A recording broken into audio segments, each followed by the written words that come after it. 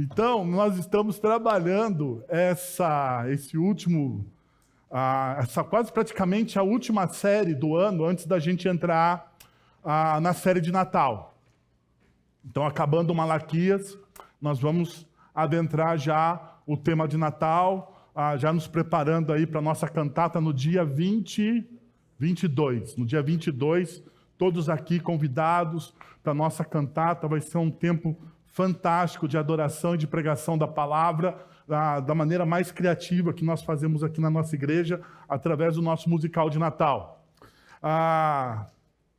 Então, a gente está terminando Malaquias. E hoje, como eu disse para vocês, é um dos textos mais difíceis de se pregar em Malaquias. Malaquias, capítulo 3, versos do número 6 até o verso de número 12. É o texto mais difícil que tem em Malaquias. Por que é o texto mais difícil que tem em Malaquias? Porque durante muitos anos, muito tempo, esse texto foi usado como pretexto. E até hoje ele é usado como pretexto. É o texto onde Malaquias exorta o povo de Deus a trazer os dízimos ao templo, à casa do Senhor. Naquela época, o templo, a casa do Senhor, Malaquias exorta o povo de Israel a trazer o dízimo à casa do Senhor.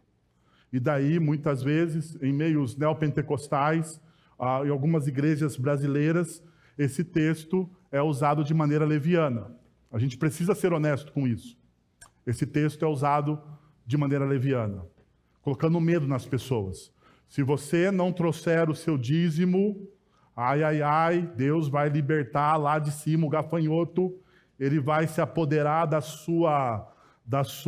suas coisas e vai corroer os seus bens. Então é melhor você aqui vir e trazer o dízimo na casa do Senhor. É um texto que fala sobre dinheiro e a gente precisa ser honesto. É um texto que fala sobre contribuição, sim. É um texto que fala sobre contribuição. É um texto que fala sobre contribuição, mas antes de falar sobre contribuição, esse texto fala do estado do nosso coração. Do estado do nosso coração. Porque é isso que Deus está tratando, se vocês lembrarem. Deus está tratando em Malaquias sobre dois assuntos que é o tema da nossa série: propósito e esperança. Deus está trabalhando com um povo que depois de anos exilado na Babilônia, volta à sua terra, reassume a sua vida em uma certa liberdade, Eles não tiveram a monarquia nesse momento de Israel constituída novamente. Quem está reinando em Israel não é alguém da casa de Davi, não é o rei israelita do trono de Judá, mas eles voltaram. Deus concedeu a graça, como disse o profeta Jeremias, Deus concedeu a graça e o povo então retornou. Retornou à terra, reconstruíram o templo, reconstruíram as muralhas no tempo de Neemias e agora eles estão desfrutando e vivendo. É interessante que quando nós olhamos para o texto de Malaquias, nós podemos fazer pontes com a nossa vida. Sempre precisamos fazer pontes com a nossa vida quando nós lemos as Sagradas Escrituras. Mas Malaquias é interessante pelo fato de que, quando a bonança vem, quando a gente passa pelo período de exílio na vida, e todos nós aqui, talvez, um dia passamos por esse período de exílio, Esse período de sofrimento. Quando o dia mal chega às nossas casas, quando o dia mal chega às nossas vidas, quando a gente se sente distante de tudo e de todos, quando o vazio toma conta do nosso coração, a gente está nesse exílio às vezes. Mas quando a gente passa por esse período de exílio, quando as coisas parecem se normalizar, quando a vida toma o seu ritmo normal, a gente acaba se esquecendo de Deus. No momento do exílio, você se torna a pessoa mais crente da face da terra. Primeira coisa que você pensa, quando as coisas fogem ao seu controle. Porque, num primeiro momento, quando você entra no exílio, você acha que você vai dar conta. Você acha que, não, as coisas estão sob o meu controle, eu vou conseguir a contornar a situação. Não, existe, seja qual for o seu exílio, existe financiamento bancário, existe a questão dos médicos. Não, eu consigo controlar. Mas quando você perde o controle de tudo, quando você se vê realmente refém de todas as coisas, daí você fala assim, bom, agora eu vou ter que procurar aquele que eu não procurei ainda. E provavelmente você bate na porta de Deus dizendo, Deus, você lembra de mim? Você lembra? Eu andei um pouco longe do Senhor, eu andei um pouco esquecido da nossa relação, mas como agora a gente está num momento de dificuldade, eu estou aqui de volta, eu voltei para a casa do Pai. E daí você vem, né? Adora, ora, chora, e daí quando a vida retoma o ritmo normal das coisas, o que a gente faz de novo? A gente se esquece de Deus. É assim que acontece com o povo de Israel em toda a sua trajetória. Basta você ler as Sagradas Escrituras. Basta você ler as Sagradas Escrituras quando o povo vai para o deserto. O povo está crente. O povo está orando. Desenvolve a espiritualidade. Ora, jejua, busca. Retorna às Sagradas Escrituras. Avivamento acontece. Mas quando a vida retoma o seu ritmo, quando as coisas estão no lugar, afinal de contas, por que eu preciso de Deus agora? Perceba, Deus se tornou aquela pessoa que nós acessamos quando nós temos necessidade de alguma coisa. Por isso que o texto de hoje, ele não fala simplesmente sobre contribuição financeira. O texto de hoje fala sobre o estado do nosso coração. O estado do nosso coração. Porque o estado do nosso coração revela quem realmente está no trono, e no trono, aquele que governa as nossas vidas. O estado do nosso coração vai revelar o que realmente, ou quem realmente governa as nossas vidas. Diante disso, meus irmãos, eu gostaria de convidar você à leitura do texto que nós vamos estudar nesta manhã, Malaquias, capítulo de número 3, versos de 6 a 12, que diz o seguinte: de fato, eu, o Senhor, não mudo. Por isso vocês, descendentes de Jacó, não foram destruídos. Desde o tempo dos seus antepassados, vocês se desviaram dos meus decretos e não lhes obedeceram. Volte para mim, e eu voltarei para vocês, diz o Senhor dos Exércitos. Mas vocês perguntam, como voltaremos? Como pode um homem roubar a Deus? Contudo, vocês estão me roubando. E ainda perguntam, como é que te roubamos?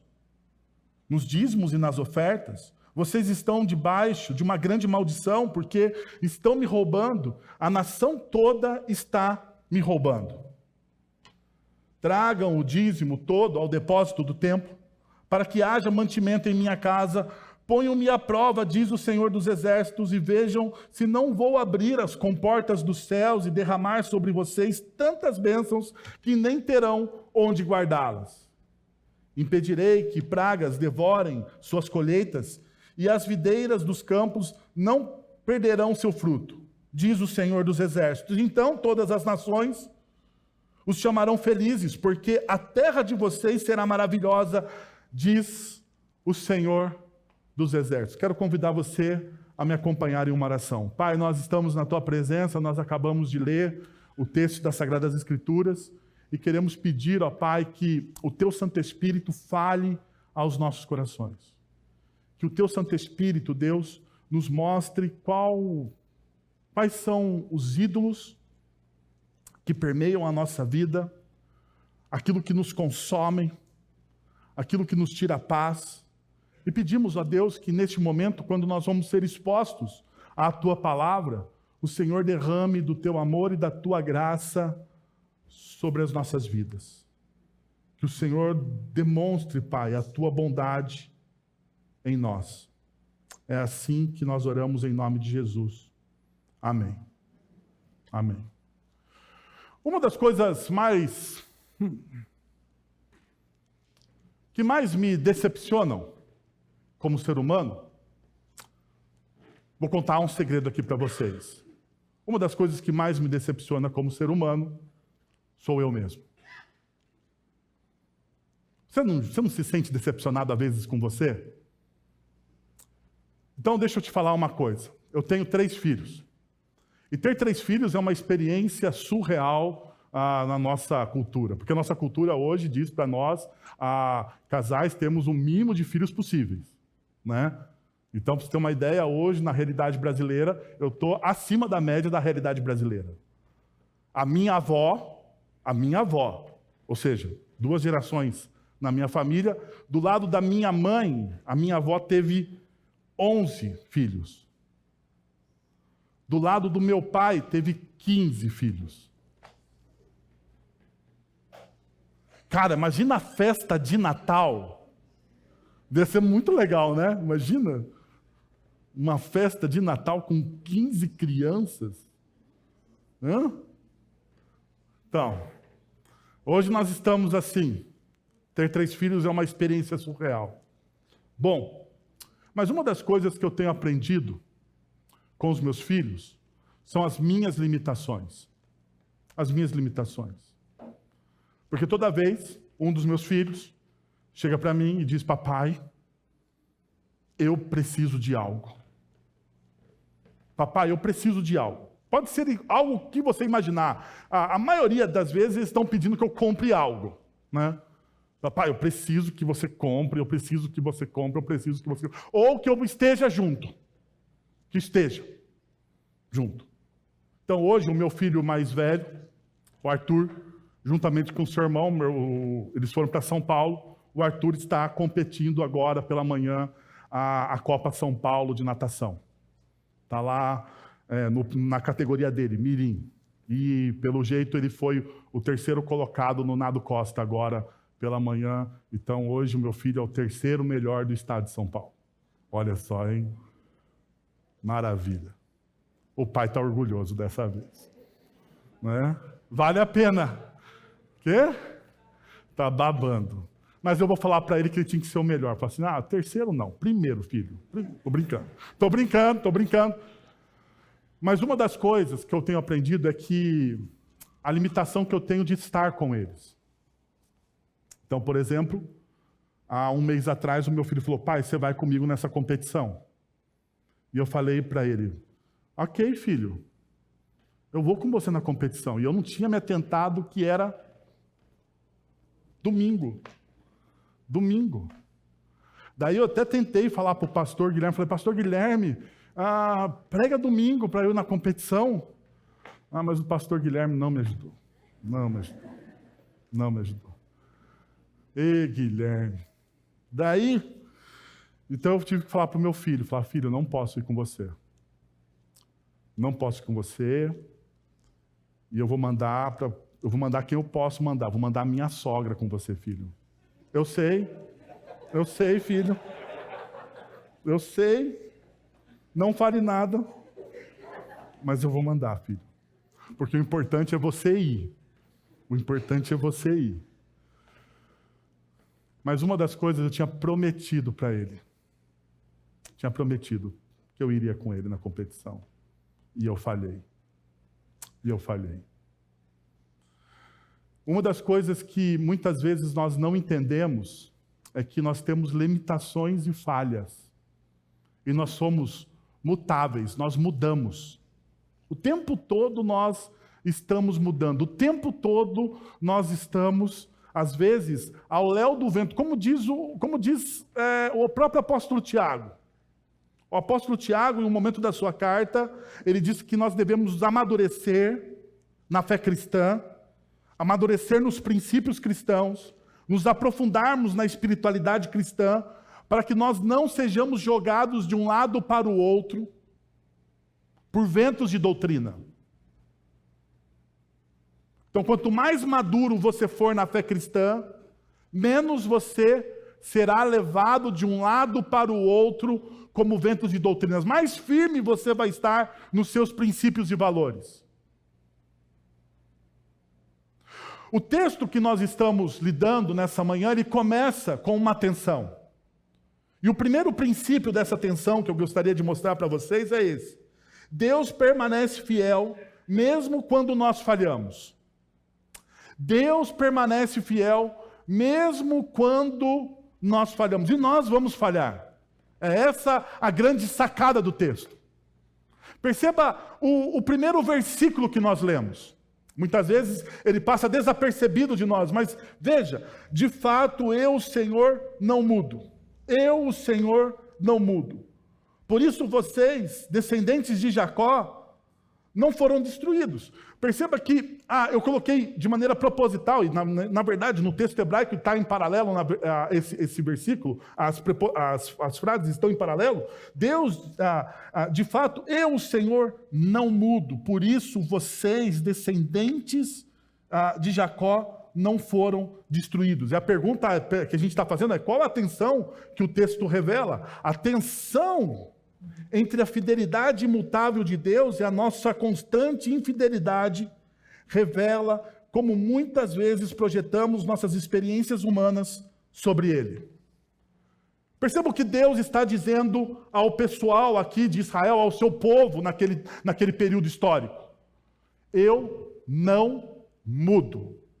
Porém, e perceba a sutileza do texto. Vocês, filhos de Jacó, se você pega a literatura profética, a maioria das vezes, quando Deus se dirige ao povo pelos profetas, ele chama de filhos de Israel. Filhos de Israel. O que significa o nome Israel? Vocês lembram? Aquele que lutou com Deus e com os homens e prevaleceu. Aquele que lutou com Deus e com os homens e prevaleceu. Em que momento esse nome é dado ao povo judeu? Quando Jacó, no vale de Jaboque, luta com o anjo do Senhor, insiste numa luta quase que um MMA divino. Porque o anjo do Senhor tem que dar um toque na coxa de Jacó para que ele fique manco para o resto da vida e, ao mesmo tempo, ele cesse a luta. Jacó, então, ele luta com o Senhor e Deus renomeia Jacó. Qual é o nome de Jacó? Ou o que significa o nome Jacó? Como? Enganador. Pode ser também usurpador. Enganador, usurpador, porque Jacó, se você lembra da história dele, ele deu um somebody love no irmão. Usurpou o lugar do irmão na primogenitura. Esaú. Ele era um enganador, mas a partir do momento que ele tem um momento de luta, de transformação, Deus renomeia. Mas por que então Deus chama os filhos de Israel de Jacó agora? Perceberam? Porque Deus está criando esse contraste. Esse contraste entre a fidelidade e a imutabilidade de Deus e a inconstância do homem. A inconstância dos nossos sentimentos. Perceba, a imutabilidade de Deus é um dos pilares fundamentais da nossa fé. É a maneira como percebemos essa verdade pode ser profundamente influenciada por nossas experiências humanas. Veja, muitas vezes, nós trazemos projeções para o relacionamento que nós temos com Deus. O que é uma projeção? A projeção é um conceito psicológico que envolve atribuir a outros sentimentos ou características que na realidade pertencem a nós mesmos. Pode distorcer nossa compreensão, então, em relação a Deus.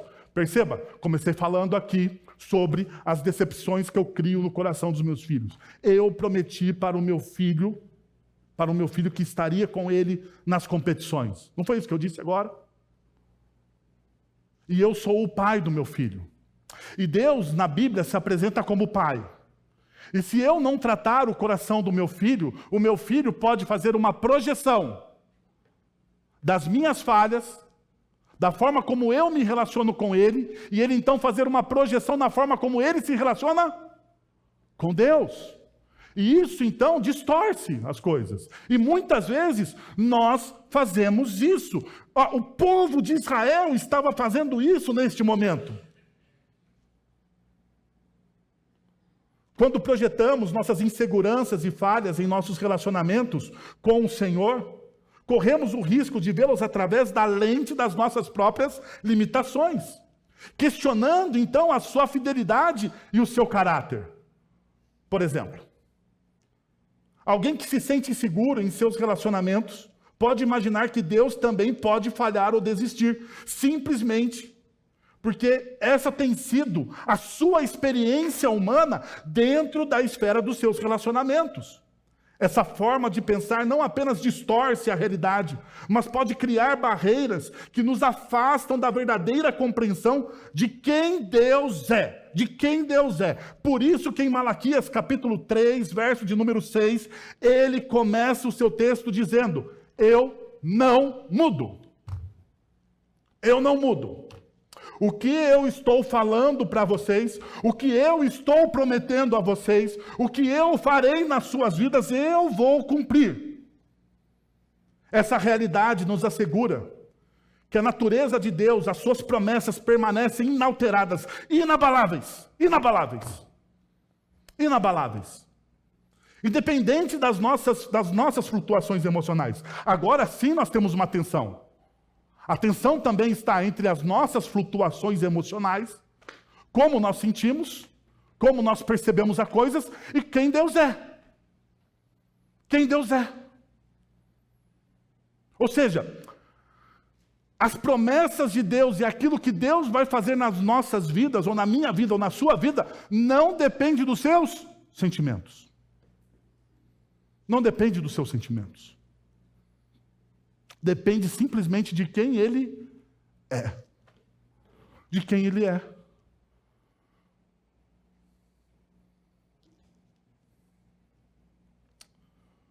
Medir a fidelidade de Deus a partir da nossa experiência é, portanto, problemático. Problemático. Nossa perspectiva é marcada por instabilidade e imperfeição. Pessoas falham, circunstâncias mudam, e o que consideramos como fidelidade, muitas vezes, está sujeito às nossas próprias expectativas e frustrações. Mas perceba, ao fazer isso, não só limitamos nossa compreensão de Deus, mas também criamos uma imagem dele que não é fiel à revelação bíblica. Talvez a sua imagem, a sua decepção com Deus é porque você criou uma imagem a respeito de Deus que não corresponde ao que o Deus das Sagradas Escrituras se revela na sua própria palavra. Por isso, então, meus irmãos, que é importantíssimo, importantíssimo que os nossos corações estejam apegados à sua palavra. Porque nós fazemos projeções. Ele não é suscetível a mudanças de humor ou a influências externas, como nós somos. Nós passamos por essas influências. Nós somos suscetíveis. O nosso humor muda. O nosso humor muda. E quantas vezes nós estamos passando por um momento de dificuldade e uma das coisas que nós pensamos, a primeira coisa que nós pensamos é: Deus está meio de mau humor comigo hoje. Deus não está me olhando direito.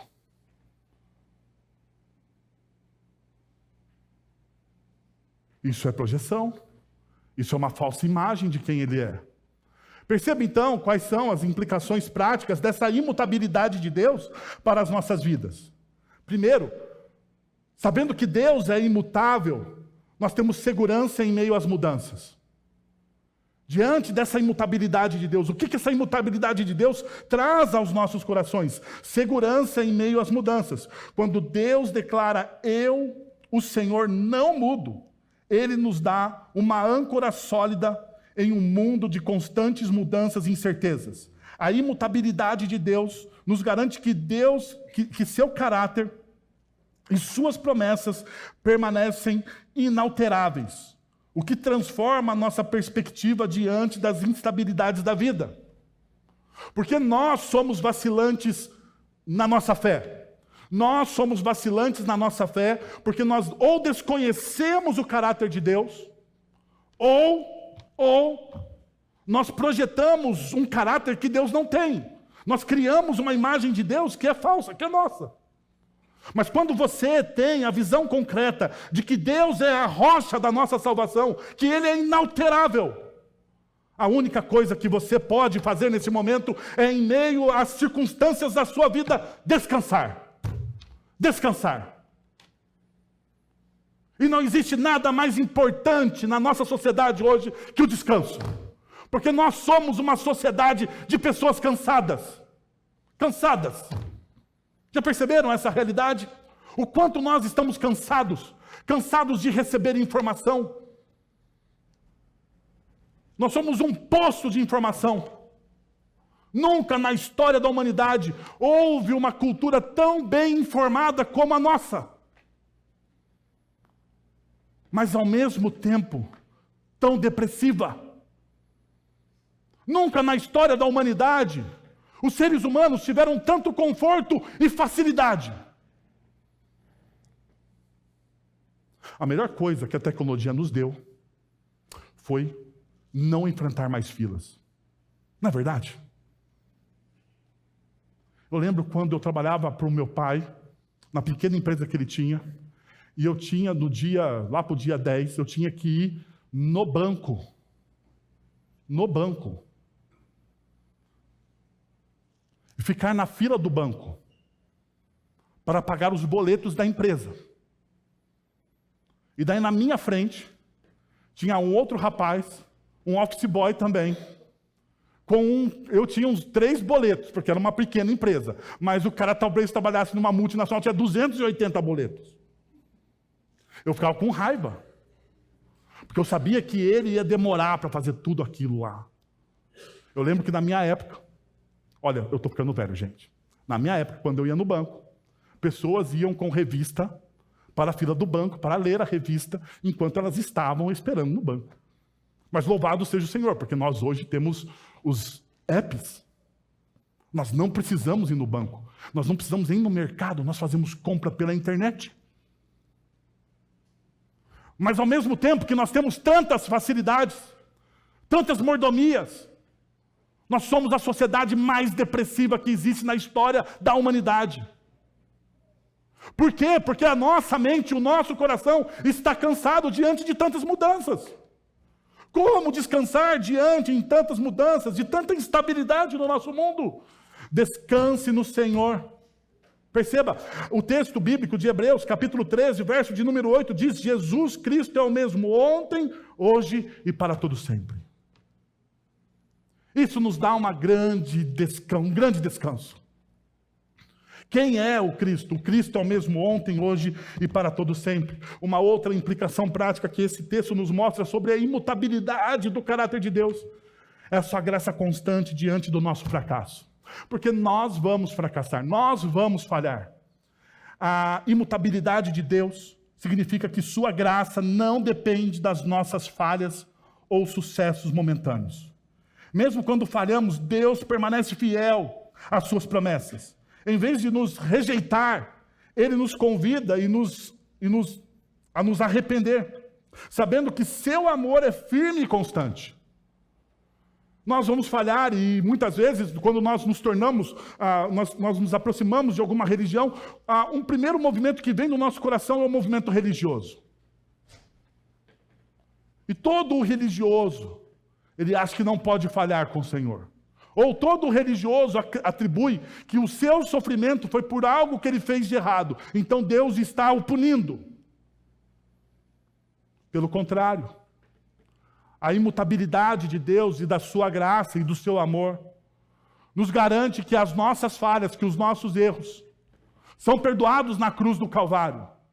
A imutabilidade e a graça de Deus nos garante que nós não somos avaliados pelo nosso desempenho, mas que nós somos aceitos pelo amor e pela graça de Cristo Jesus. Perceba o que Paulo vai dizer em 2 Timóteo, capítulo 2, verso de número 13. Se somos fiéis, ele permanece fiel. Se somos infiéis, ele permanece fiel. Qual que é o nosso estado natural? O nosso estado natural é de infidelidade.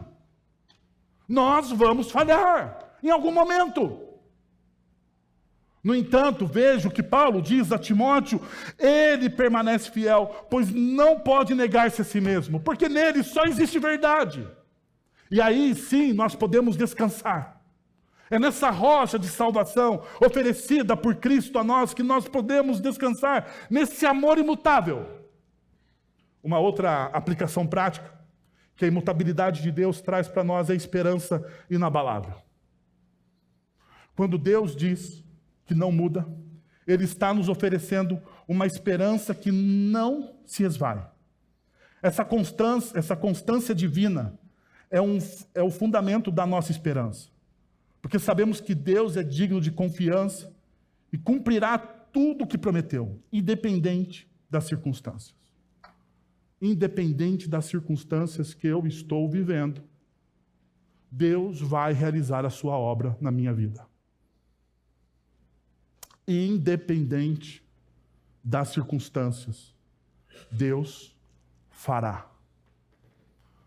Não porque isso não está atrelado à minha pessoa. Você está entendendo? Isso não está atrelado a você, isso está atrelado à fidelidade dele, à bondade dele, ao domínio dele, à soberania dele, às escolhas que ele fez já por você. As escolhas que ele fez em favor de você. Então, por isso que o texto de Números, capítulo 23, verso de número 19, diz: Deus não é homem para que minta, nem filho do homem para que se arrependa. Em Deus não existe arrependimento, como existe em nós. Esse arrependimento de mudar de direção. Muitas vezes, quando nós lemos as Sagradas Escrituras, nós vemos, Deus se arrependeu. Não, a ideia de arrepender-se ali é um pesar profundo. Mas não a ideia de mudar de direção. Deus não é aquele que muda de direção, Ele é inconstante, Ele é constante, e isso nos dá esperança.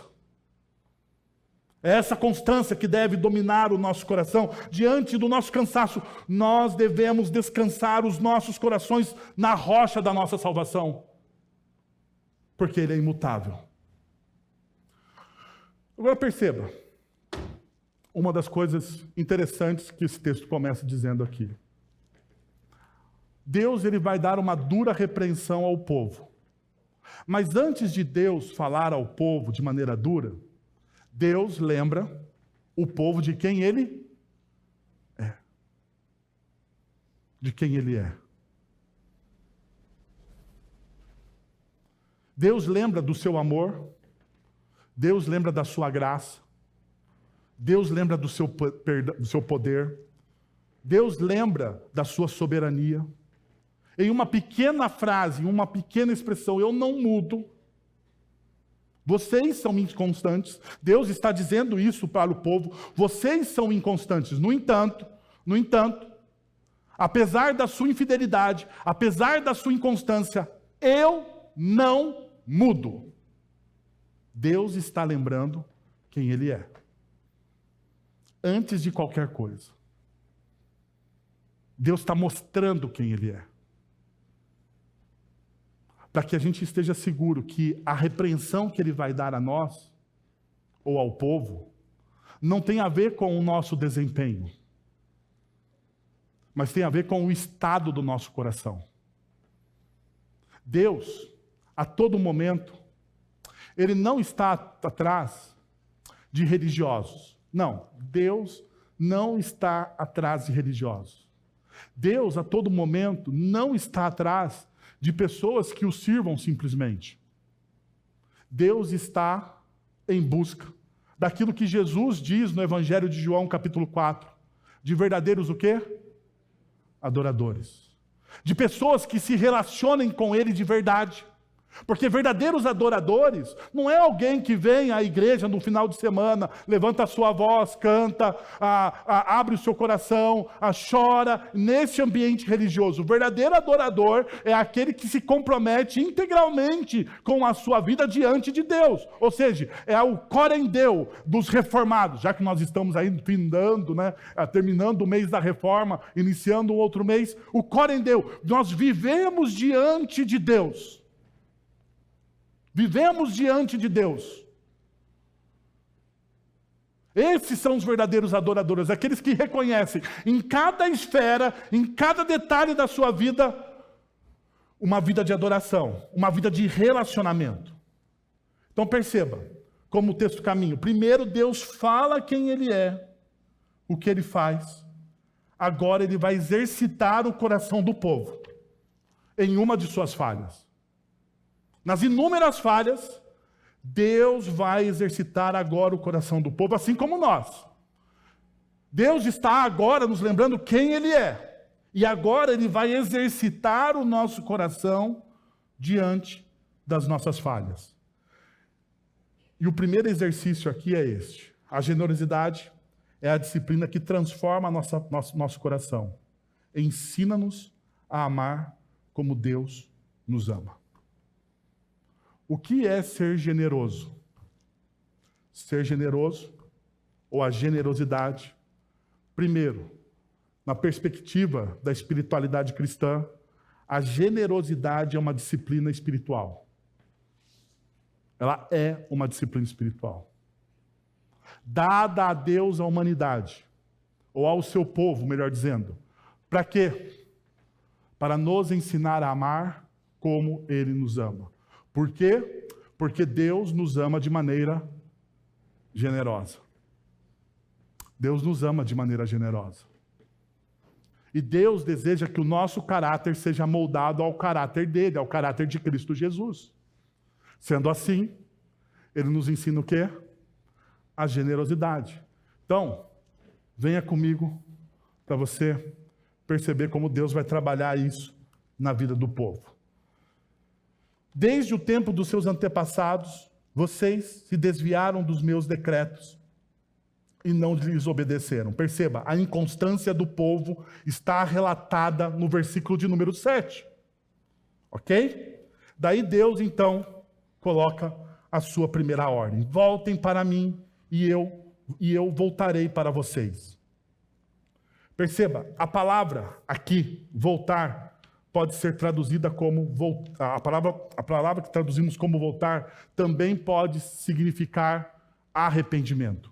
Então, neste momento, no final do verso de número 7, Deus está dizendo para o povo: vocês são inconstantes.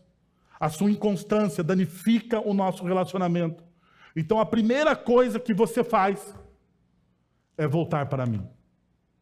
Volte para mim. Arrependa-se, diz o Senhor dos Exércitos. Mas vocês perguntam: como voltaremos? E aqui está a questão. Como voltaremos? Uma possível interpretação dessa pergunta, ela tem uma contestação. Quando você olha no original do texto hebraico, você vai perceber que existe uma contestação assim. Então, uma possível interpretação livre dela é: como assim voltar, Senhor? Se nunca nos afastamos. O que queres dizer com isso? Perceba, a ideia aqui é como se alguém tivesse perdido na floresta e não prestou atenção ao caminho de ida. Depois, quando ele tenta refazer o caminho, ele fica o quê? Perdido. Perdido. Eu não sei se você já teve essa experiência de ficar perdido na floresta ou em qualquer lugar. Ela é horrível. Ela é horrível. Ela é sufocante. O povo de Israel, o povo escolhido de Deus, se encontra nessa situação confusa, perguntando: como assim voltar? Eles não reconhecem que eles estão perdidos. Mas veja, antes da gente julgar os israelitas, vale a pena a gente refletir como nós também podemos nos perder e cair nessa armadilha. Nessa armadilha. Podemos pensar: da seguinte forma: eu distante de Deus, eu aqui distante de Deus, eu vou à igreja todo domingo, Os meus filhos estão em um colégio cristão. Ah, pastor, eu não deixo ideologia entrar na minha casa. Os meus filhos estão em um colégio cristão. E daí você pode dizer ainda assim: como eu posso então estar longe de Deus? Eu estou fazendo tudo certo. Mas talvez Deus olhe para você nessa manhã e diga a mesma coisa que disse ao israelita neste momento da história. Você acha que você não se desviou, mas o seu coração está longe de mim. Porque perceba, a verdade é que entender nosso estado espiritual diante de Deus exige uma autoavaliação profunda e constante.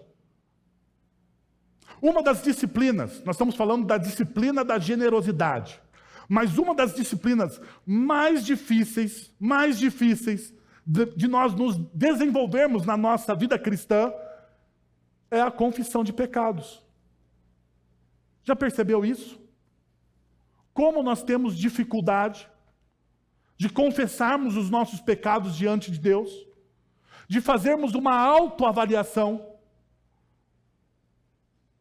Então, Deus está olhando, e para arrepender-se, para você ter um movimento genuíno de arrependimento na sua vida, você precisa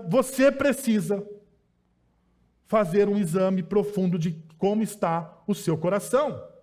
Como cristão, temos o privilégio da obra do Espírito Santo em nós, conquistada através da cruz de Cristo Jesus nas nossas vidas. Cristo Jesus nos dá o Espírito Santo através do seu sacrifício. E termos o Espírito Santo nos leva à consciência desses pecados, mesmo que muitas vezes nós tentamos fazer aquilo que Paulo diz em Tessalonicenses, nós tentamos abafar o Espírito. O Espírito fala que nós estamos errados, mas nós tentamos abafá-lo. Essa é a nossa vantagem. No entanto, o povo aqui de Malaquias não tinha essa vantagem. Naquela época, Deus falava apenas por meio dos profetas. Por isso, através de Malaquias, Deus revela a raiz do problema. E explica por que eles estão sofrendo. Por que Deus está pesando a mão sobre eles. Para descobrirmos a raiz do problema, precisamos ir até o verso de número 8 do texto que nós lemos. Pode o homem roubar a Deus? Você acha que essa pergunta tem cabimento? Não é uma pergunta tola? Não é uma pergunta tola que Deus está fazendo ao povo? Pode alguém roubar a Deus? Qual é a resposta natural para essa pergunta?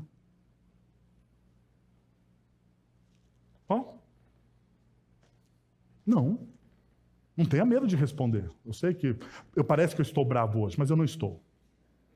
Não estou. Não estou bravo. Porque o assunto é mais sério hoje. Pode alguém roubar a Deus? A pergunta é uma figura retórica, a pergunta é uma figura retórica enfática. Deus está enfatizando. Ninguém pode literalmente roubar a Deus. Agora, mas perceba essa realidade. Os israelitas, o povo de Israel sabia disso. Basta nós abrirmos os Salmos. Quando nós abrimos os Salmos, nós identificamos uma coisa maravilhosa. Por exemplo, o Salmo de número 24, versos de 1 a 2. Do Senhor é a terra e tudo que nela existe, o mundo e o que neles vivem. Tudo é de Deus. O Salmo de número 50, versos 10 e 12. O mundo é meu e tudo que nele existe. O Salmo de número 89, verso de número 11. Os céus são teus e tua também é a terra. Fundaste o mundo e tudo que nele existe. Ou o Salmo de número 95. Quando Deus diz, nos versos 4 e 5. Em suas mãos estão as profundezas da terra, as alturas dos montes lhe pertencem. Dele também é o mar, pois ele o fez. As suas mãos formaram toda a terra seca. Pergunta: Deus é dono de tudo. Como alguém pode roubá-lo? Como alguém pode roubá-lo? Deus já então havia confrontado os israelitas. Se nós olharmos para o texto que nós estamos lendo, Deus já havia confrontado os israelitas sobre seus sacrifícios imperfeitos, sua adoração fraca, sua idolatria e sua infidelidade. Mas aqui, ele vai além e expande a raiz do problema. Qual é a raiz do problema? Eles perguntam: como nós roubamos a Deus? E perceba, nos dízimos e ofertas é a resposta. A falta de generosidade financeira dos israelitas não era o problema em si. O problema em si não é o dinheiro. O problema em si não é o dinheiro, mas um sintoma de algo mais profundo. Qual que é o sintoma de algo mais profundo aqui? Um coração endurecido. Um coração endurecido. Malaquias, capítulo 1, verso 13, nos traz a seguinte imagem. Vocês trazem animais. Perceba o que Deus já disse, o que nós já estudamos aqui. Vocês estão trazendo animais roubados, coxos ou doentes e apresentam como oferta. Deus diz: devo aceitar isso? Devo aceitar esse tipo de coisa, esse tipo de oferta? Animais roubados, coxos e doentes. Para os israelitas, o valor estava no que preservavam para si. Eles olhavam para os seus rebanhos e diziam: essa cabra é forte, e ela é um excelente investimento.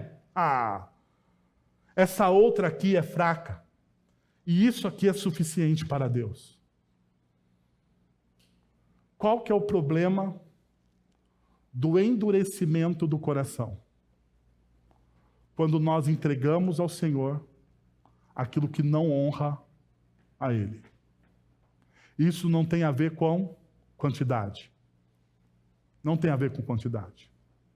No Evangelho de Marcos, no final do Evangelho de Marcos, Jesus está no templo, ensinando seus discípulos. E eles estão no templo, aonde estão os gasofiláceos, aonde as pessoas fazem as ofertas. Naquele tempo, os gasofiláceos, eles tinham um chifre de chofar. Se você não sabe o que é um chofar, é como se fosse um berrante. Tinha um chifre do chofar. E as pessoas colocavam as suas moedas, as suas ofertas, no cume do chofar, para que quando ele entrasse, fizesse grande barulho. Então, Jesus e os discípulos estão observando as pessoas, entregando as suas ofertas. E muitos homens ricos entregam as suas ofertas de maneira generosa. Mas naquele dia, havia uma viúva pobre. E ela entregou uma mísera moeda. Uma mísera moeda. Uma mísera moeda.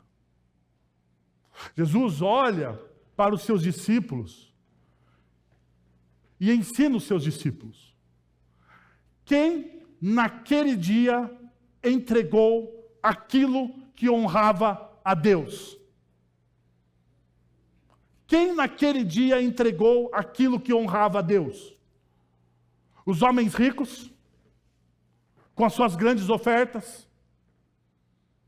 Ou aquela viúva insignificante, sem nome algum, entregou tudo o que tinha para viver? Quem naquele dia entregou mais?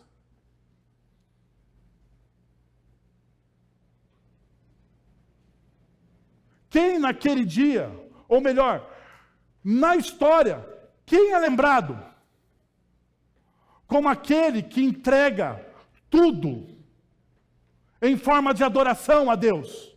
Os homens ricos ou a mulher que pouco tinha? Não tem a ver com quantidade. Então a primeira coisa que eu queria dizer para você, meu irmão e minha irmã, é que se nós estamos falando hoje sobre dinheiro, nós não estamos falando sobre quantidade. Nós estamos falando sobre a disposição do seu coração.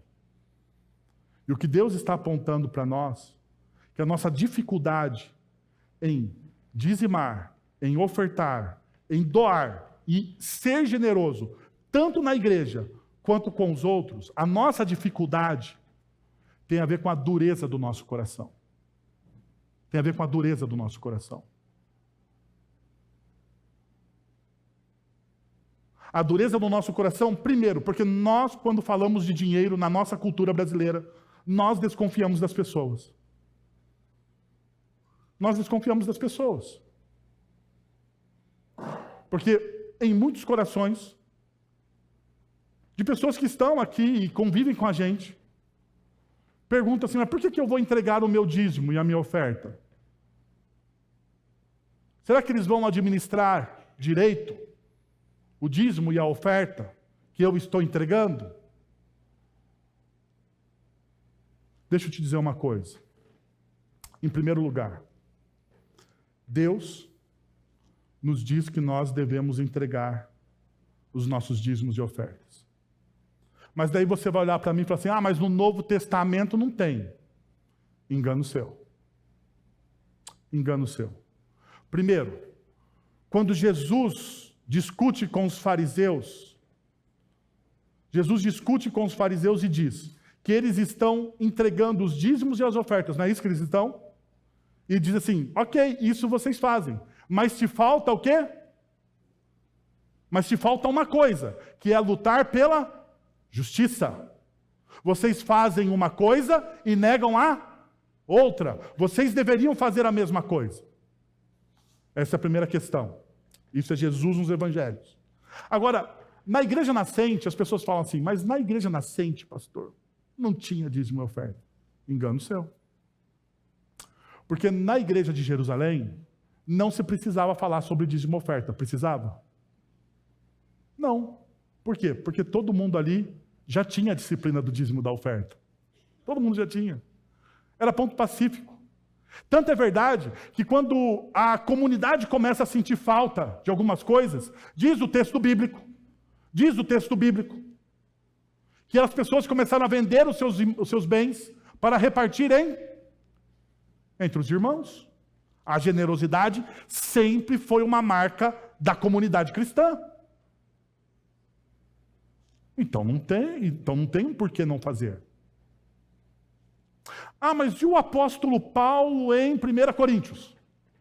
Porque daí a gente olha, cada um dê conforme propôs no seu coração.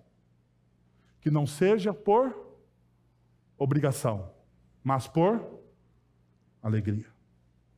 Ok. Está aí uma coisa que muitas vezes a gente fala, está aí. Cada um pode propor no coração e fazer a sua oferta e o seu dízimo. Tá bom, mas deixa eu te alertar uma coisa. O texto pode ser traduzido, cada um dê conforme as suas forças. Cada um dê conforme as suas forças. Porque às vezes a gente não está dando conforme a nossa força. É isso que o texto está dizendo. Mas o texto diz algo muito mais importante do que dar, que é a disposição do coração. Perceba mais uma vez, disposição do coração. Você dá com alegria. Você não dá com pesar. E eu já falei mais de uma vez aqui. Se você for contribuir com a nossa igreja, contribua com alegria. Nós não precisamos que você traga sobre nós o pesar. Não precisamos. Contribua com alegria.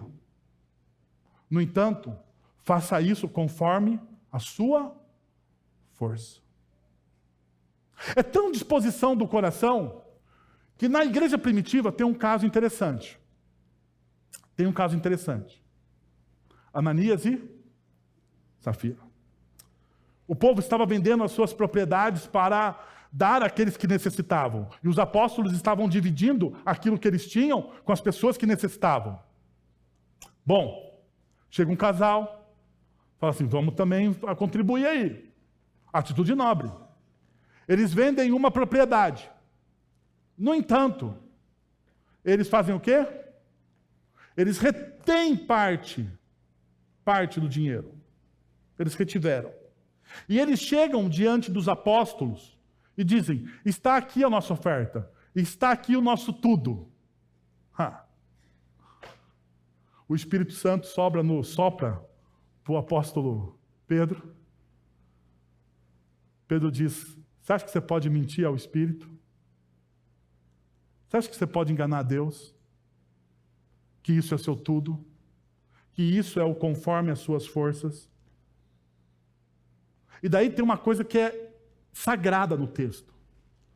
Pedro vai dizer o seguinte: não era tudo de vocês? Não é isso que Pedro diz lá? Não era tudo de vocês? Vocês poderiam dar o quanto quisessem. Se vocês não quisessem dar nada, vocês não dariam. É simples, é simples. É simples. Não dariam. Por que então mentir? Dureza de coração. Por que então mentir? Por que usurpar? Por que roubar? Perceba, o texto nos está levando a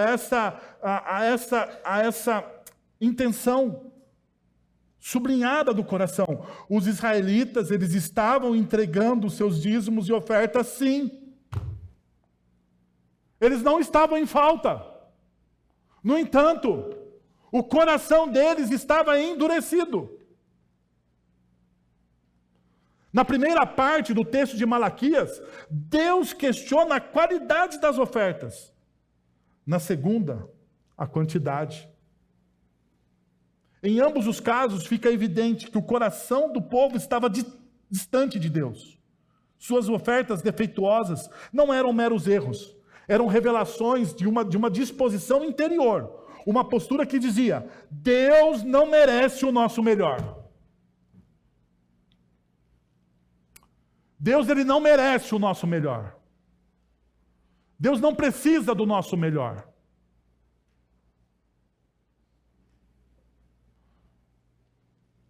Deixa eu fazer um exercício com vocês aqui. Quem aqui ama a Deus? Não. Eu sei, parece a pergunta tonta lá do que Deus fez. Parece a pergunta tonta de Deus. Quem pode me roubar? Quem rouba a Deus? Pergunta tonta. Vou fazer a mesma coisa. Se Deus pode, por que eu não posso? E não fique me criticando aí.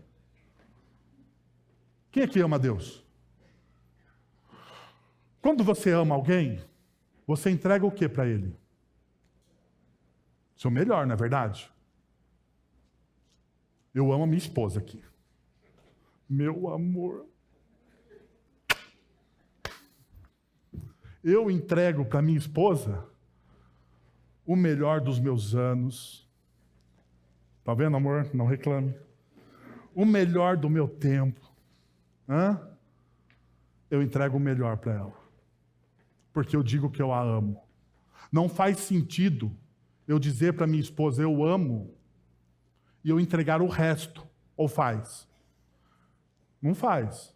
Agora, perceba, se você não é a pessoa que ama, mas você é o objeto de ser amado, alguém te ama. E se a pessoa diz para você que ama você e entrega para você não o melhor, o que vem ao seu coração?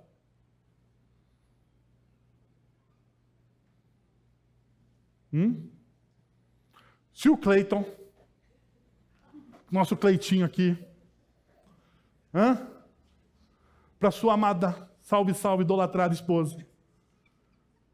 Ele diz sempre, ele chega aqui para mim na igreja, deixa eu dizer uma coisa. O Cleiton chega aqui na igreja e diz assim: pastor, você não sabe, eu tenho a melhor esposa da face da terra. Estou fazendo a sua, Cleiton. Depois você paga para mim aquele churrasco. Se ele diz isso,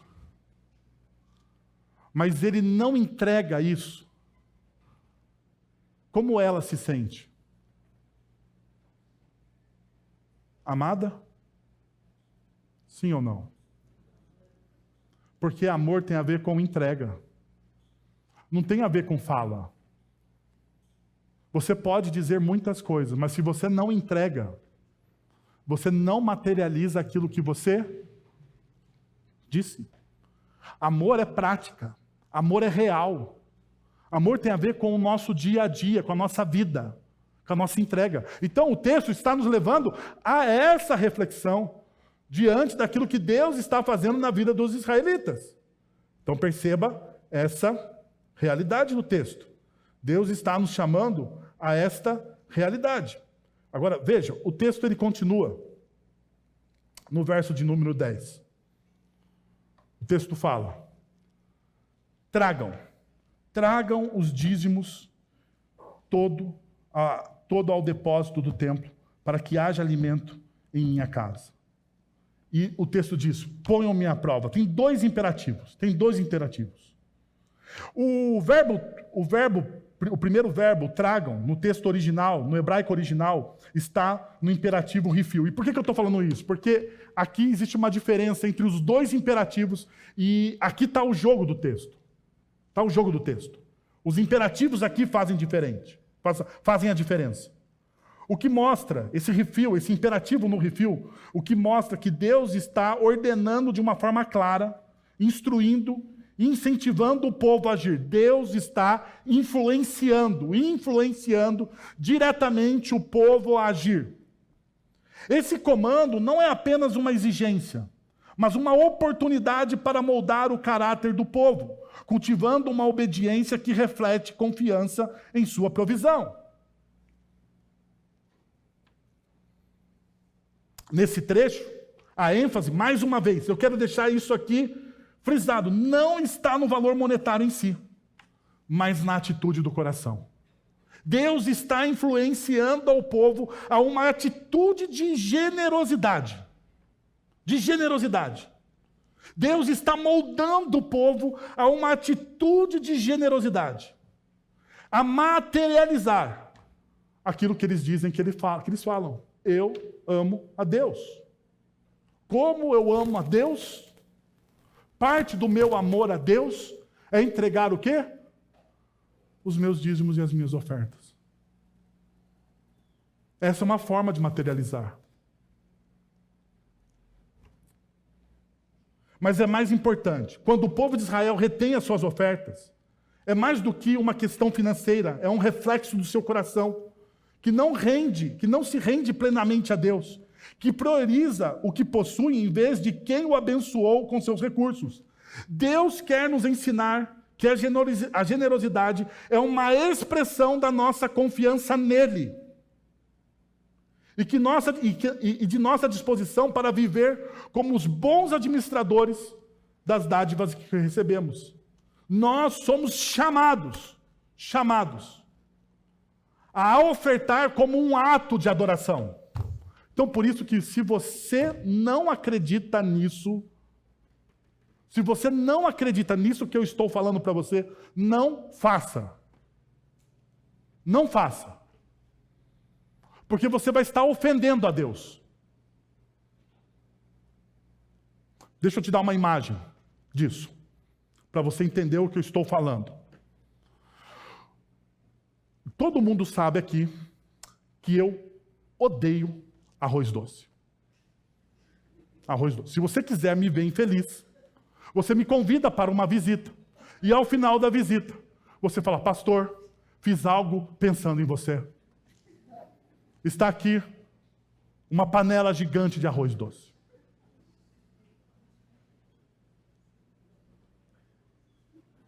Com canela. Precisa de 1 quilo de canela para arroz doce ficar bom. Precisa de 1 quilo de canela. Aquela miséria do arroz doce ficar bom. E não me vem com a história de que você não comeu o arroz doce que eu faço. Eu não vou comer o arroz doce que você faz. O fato é, você já comeu algo que você odeia? Eu já. Um dia, fazendo uma visita lá em Campinas. Melhor, na primeira igreja presbiteriana de Nárnia. Para ninguém falar onde foi. Quem ouve depois fala: foi na minha casa. Não. Primeira igreja presbiteriana de Nárnia, estava fazendo uma visita. Cheguei, eu e um amigo, a moça tinha quebrado o pé. Então eu e o auxiliar fomos lá visitar a menina. Quebrou o pé, ficamos conversando e tal. E nós fomos para a cozinha. Tomar um café. Daí, olha a miséria que foi esse dia minha vida. Olha a miséria que foi esse dia minha vida. Tomamos o café, comemos lá um pão enrolado, um negócio. Não me lembro o que era, mas comemos alguma coisa. Eu me lembro da parte ruim só, porque marcou. E eu estava, à mesa, à disposição da cozinha, eu ficava de frente para a geladeira. E toda vez que ela abria a geladeira, na hora que eu olhava, tinha um pudim lá. E a coisa que eu mais gosto na face da terra, depois de sorvete, é o quê? Pudim, rapaz. Pudim de leite. No final da visita, no final de comer e tal, um pouco antes de orar, ela falou assim, pastor, tem um doce que o senhor vai gostar. E eu pensei, o quê? Eu falei em línguas estranhas naquele momento. Agora sim, Deus ouviu minhas orações. Estava lá, Deus ouviu minhas orações. Ela abriu a geladeira e ao invés dela pegar o pudim, ela foi lá e pegou embaixo o negócio. E eu falei assim, mas não, o pudim não. Ela falou, não, pastor, você não experimentou este aqui ainda. Botou uma panela assim, ó. Pá!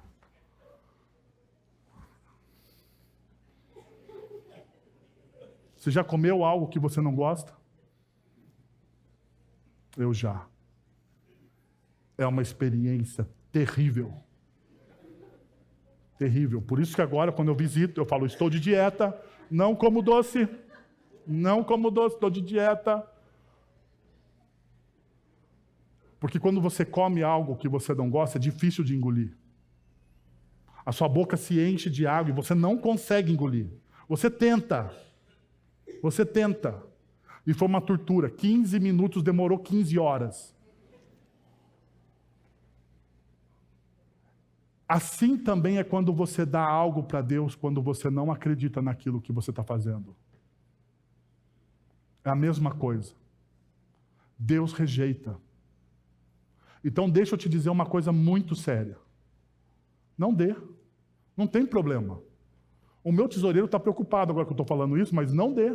Fique tranquilo. Deus vai levantar as pessoas, eu não tenho problema nenhum com isso. Nós aqui já experimentamos cada mover de Deus e não tem problema. Para nós não temos problema aqui não com isso. Nós queremos pessoas que estejam realmente adorando e amando a Deus. Você tem que ter convicção daquilo que você está fazendo. Se você ainda não tem essa convicção, continue caminhando com a gente. Continue caminhando com a gente, mas não tem problema. Estou falando sério, não tem problema. Não tem problema. Deus, no tempo oportuno, vai te convencer, porque não sou eu que convenço, não, meu irmão, minha irmã. Não sou eu quem convence você, é o Espírito Santo de Deus. Fique em paz. Contra ele não há argumento. Ele vai te convencer, fique em paz. E eu descanso nele. Mas fique sabendo disso. Se você não crê naquilo que nós estamos falando hoje, não tem problema, não tragam. Porque trazer é um sinal da sua maturidade espiritual naquilo que nós estamos compartilhando em fé com você. No momento oportuno, Deus vai trabalhar no seu coração. Mas Deus também não só fala, tragam os seus dízimos. Ele fala, ponha a sua confiança em mim. Ponham-me à prova. A ordem aqui é para testar. Deus é clara, a ordem para testar Deus é clara e direta. Deus convida o povo a verificar suas promessas através da obediência fiel. Esse convite também serve como um desafio para a comunidade, instigando cada indivíduo a refletir se estão prontos, a confiar plenamente nas promessas divinas e agir com base nessa confiança transformadora. Então perceba, existe uma implicação prática em você dar, duas implicações práticas em você contribuir. Ruptura com a autossuficiência. A ação de dar, a ação de doar, a ação de dizimar, a ação de ofertar, a ação de ser generoso é uma declaração contra a tentação de confiar exclusivamente em nossas posses. Jesus ele vai dizer aos seus discípulos: você não pode servir a dois senhores. Odiará um e amará o outro. Isso nos serve em relação ao dinheiro.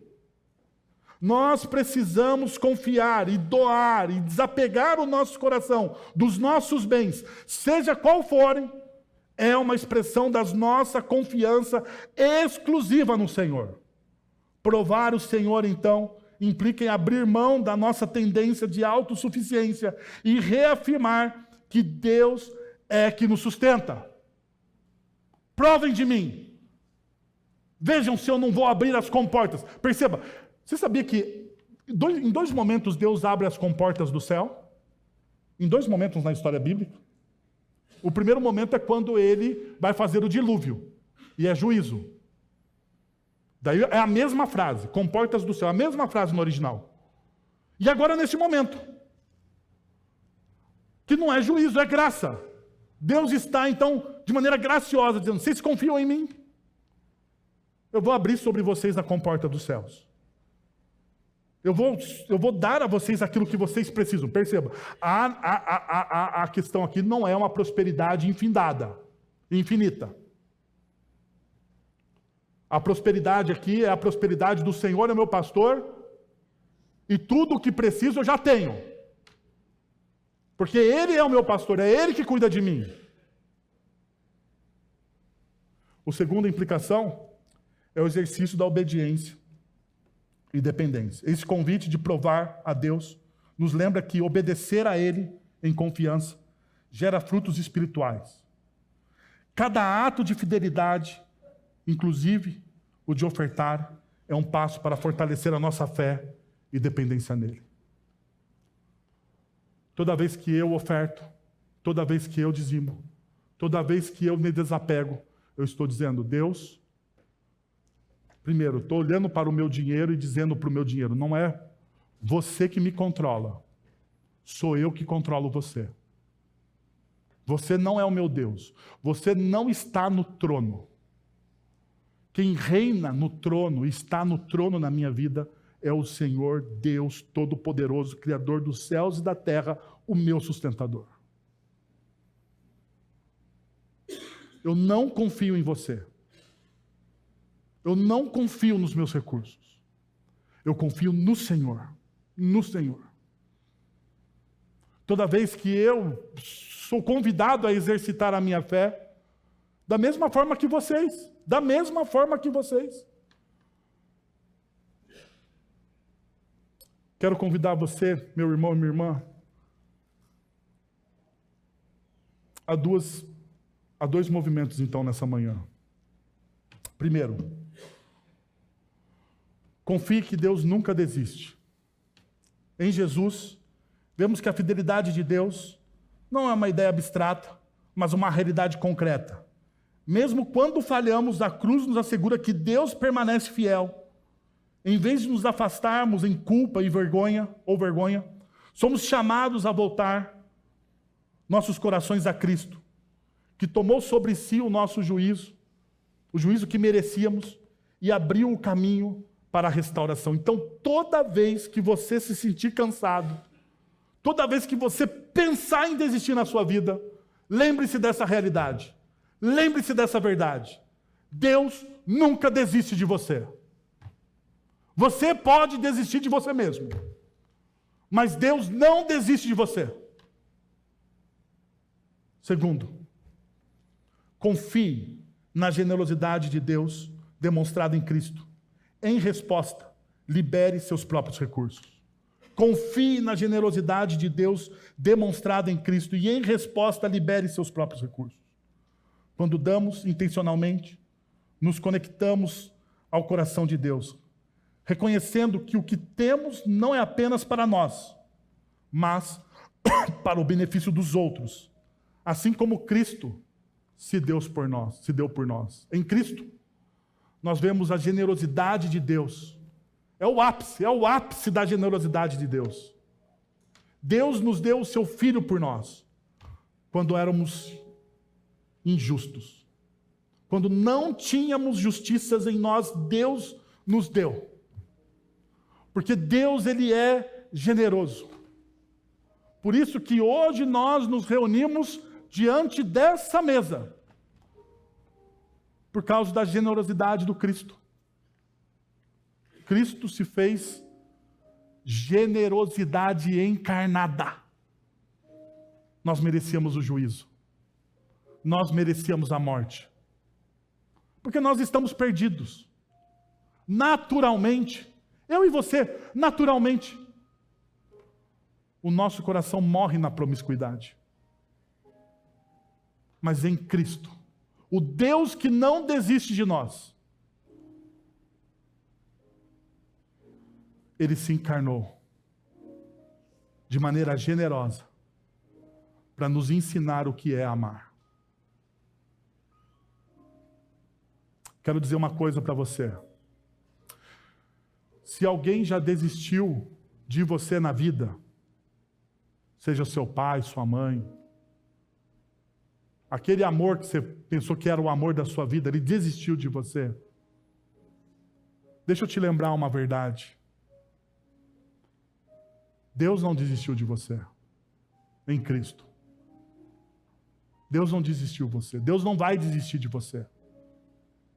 Deus, Ele se permanece fiel ao seu lado. E no tempo dele, Ele vai restaurar aquilo que foi quebrado em você. Basta você confiar. Na noite em que Jesus foi traído, Ele tomou o pão e disse: "Este é o meu corpo partido em favor de vocês. Todas as vezes que vocês se reunirem, façam isso em memória de mim." Após partir o pão, Jesus tomou o cálice da nova aliança e disse: "Este é o cálice do meu sangue. Todas as vezes que vocês se reunirem, façam isso em memória de mim." Porque todas as vezes que nós comemos do pão e bebemos do cálice, nós anunciamos a morte do Senhor até que Ele venha. Até que Ele venha. Deus não desistiu de você. E a prova disso está aqui. Pai, nós queremos te agradecer pela tua palavra, pela tua graça, pela tua bondade, pelo teu amor, ó Deus. Queremos te agradecer, ó Deus, porque nós podemos experimentar da tua graça através dos elementos da ceia. O teu corpo, o teu sangue, são alimentos para a nossa alma, Senhor. Pela fé nós cremos que o Senhor se faz presente aqui, restaurando as nossas vidas, curando as nossas feridas, mudando a nossa existência, comunicando ao nosso coração as verdades eternas do teu reino, para que possamos provar, experimentar o melhor desta terra hoje, Senhor. Faz em nós a tua obra, Pai. É o que nós oramos em nome de Jesus. Amém. Senhor, nós somos gratos pelo teu amor em Cristo, pela tua graça, por esses elementos, pela reconciliação que nós temos em Jesus. Obrigado, Senhor, por tudo que experimentamos nessa manhã. Sabemos que isso é fruto do teu amor, da tua graça e da tua misericórdia. É em nome de Jesus que nós oramos. Amém. Recebamos a bênção. Agora, irmãos, que a graça de nosso Senhor e Salvador Jesus Cristo, o amor de nosso Deus e Pai, o conselho, o consolo, o poder e a ação do Espírito Santo de Deus seja sobre vocês agora e pelos séculos dos séculos. Amém.